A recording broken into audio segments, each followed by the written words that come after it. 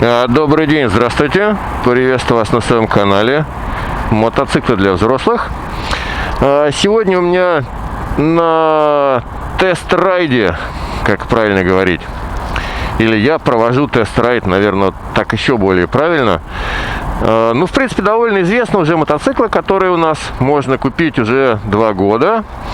Это, тем не менее, ну, если не считать Тайгера 1200-го, а его, конечно, надо посчитать. В принципе, самый новый мотоцикл этого сегмента. Что мы тут имеем? Я уже рассказывал, у меня есть там большой обзор. Вот именно конкретно этот мотоцикл я скоро буду сравнивать отдельным видео со своей мультистрадой Enduro, потому что они как бы, ну, немножко, в принципе, похожи, кроме бака, там и настроек подвески и всего остального. И тут и там 19-е колеса, и тут и там они литые.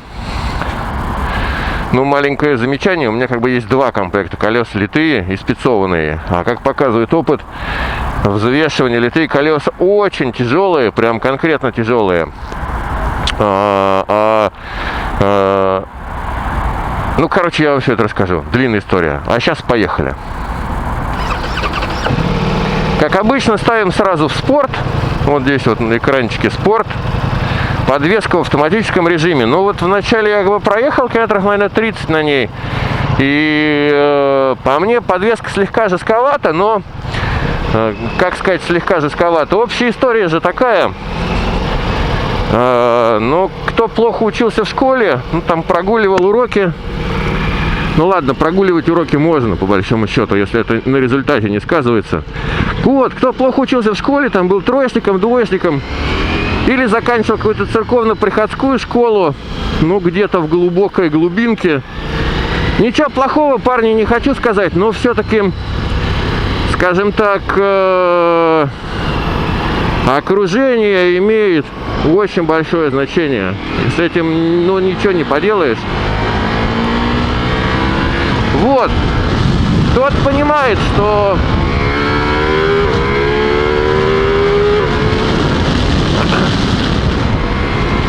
ну, не знаю, на самом деле, будет ли хорошее качество звука. Скорее всего, вряд ли. Ну, что будет, то будет. Вот, короче, владелец этого мотика с нуля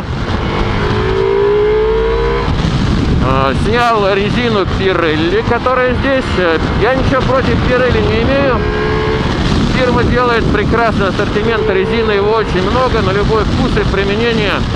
Но вот то, что Ducati сюда ставит Trail 2, это как бы, ну, перебор. Ну, собственно, не та техника, чтобы ездить на такой резине. Вот, он у меня купил Continental Road Attack.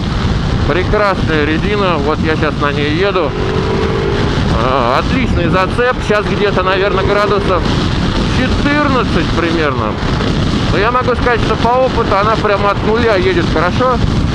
И даже когда я закрывал сезон в прошлом году в -2 и лупил по М1, как-то заехал на заправку, и она была горячая, при том, что снаружи -2 было.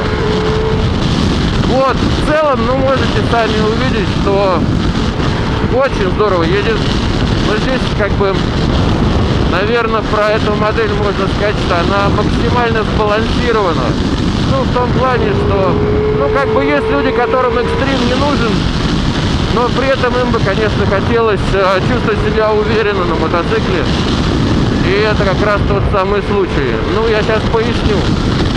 По большому счету, то есть очень ровный мотор, как любят все спортсмены. Ну, те, кто ездит плохо, или те, кто ездит только прямо, они любят моторы взрывные.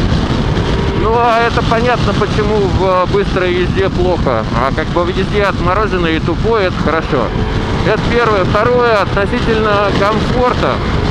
Вот здесь ветровой комфорт, наверное, на первом месте. Вот новый Тайгер бы мне, конечно, сюда было бы хорошо. У Гусяк гораздо хуже с этим делом, вынужден признать.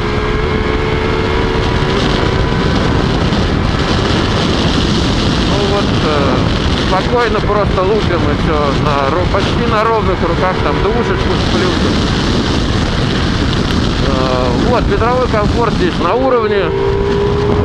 Очень хорошая коробка. Она, в принципе, достаточно короткая, я так понимаю, для того, чтобы на этом не самом мощном моторе, который у Ducati есть, получить хорошую динамику. Они сделали достаточно короткую коробку. Но, опять же, достаточно, потому что, нельзя назвать коробку короткой, если максимальная скорость мотоцикла, по-моему, 250, что ли, 260 я на ней ездил в прошлом году. Достаточно мягкий газ, вот здесь, в принципе, мы в упор едем, вот. И это как бы некий минус, потому что, хочется, чтобы был какой-то запасик, собственно, поэтому на нее будем ставить полный выхлоп, Акрапович, и, соответственно, прошивать для того, чтобы убрать какие-то заводские ограничения, если они здесь есть. Что по тормозам? Как бы здесь такая твердая четверочка, в том плане, что очень хорошие суппорты, самые последние, модные. Колодки, вот, на 4 балла у них нормальный прикус изначальный. То есть, такой прям, дозируешь хорошо, легко. Хороший свет, видите, потихонечку люди разбегаются. И это тоже приятно. Я, в принципе, все-таки стараюсь культивировать тему, которая называется «Мотоциклистов надо бояться». Потому что водители долгое время культивировали тему «Пешеходы, спокойно переходите по пешеходным переходам». И что мы имеем в итоге?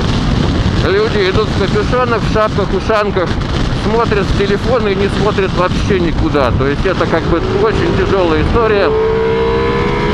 Мне это не нравится, поэтому по возможности я стараюсь. Вот как бы, если что, сразу можем уйти в противоположную сторону и обойти. Вот.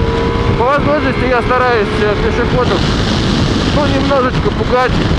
И это же, в принципе, идет им на пользу, по большому счету. Они же более долгий период времени сохранят свои жизни, там кому-то это какие-то родственники, еще что-то. Вот сейчас на входе притормаживаем, отпускаем, прокатываемся и открываемся.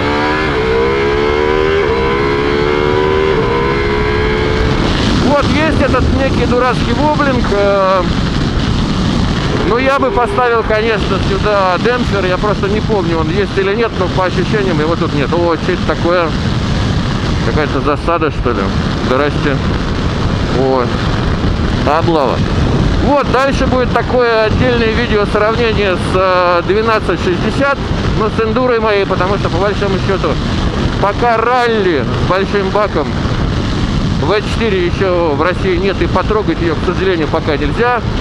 Кстати, можете заказать, с удовольствием привезем. На этом пока. Всем всего доброго, до свидания, до новых встреч.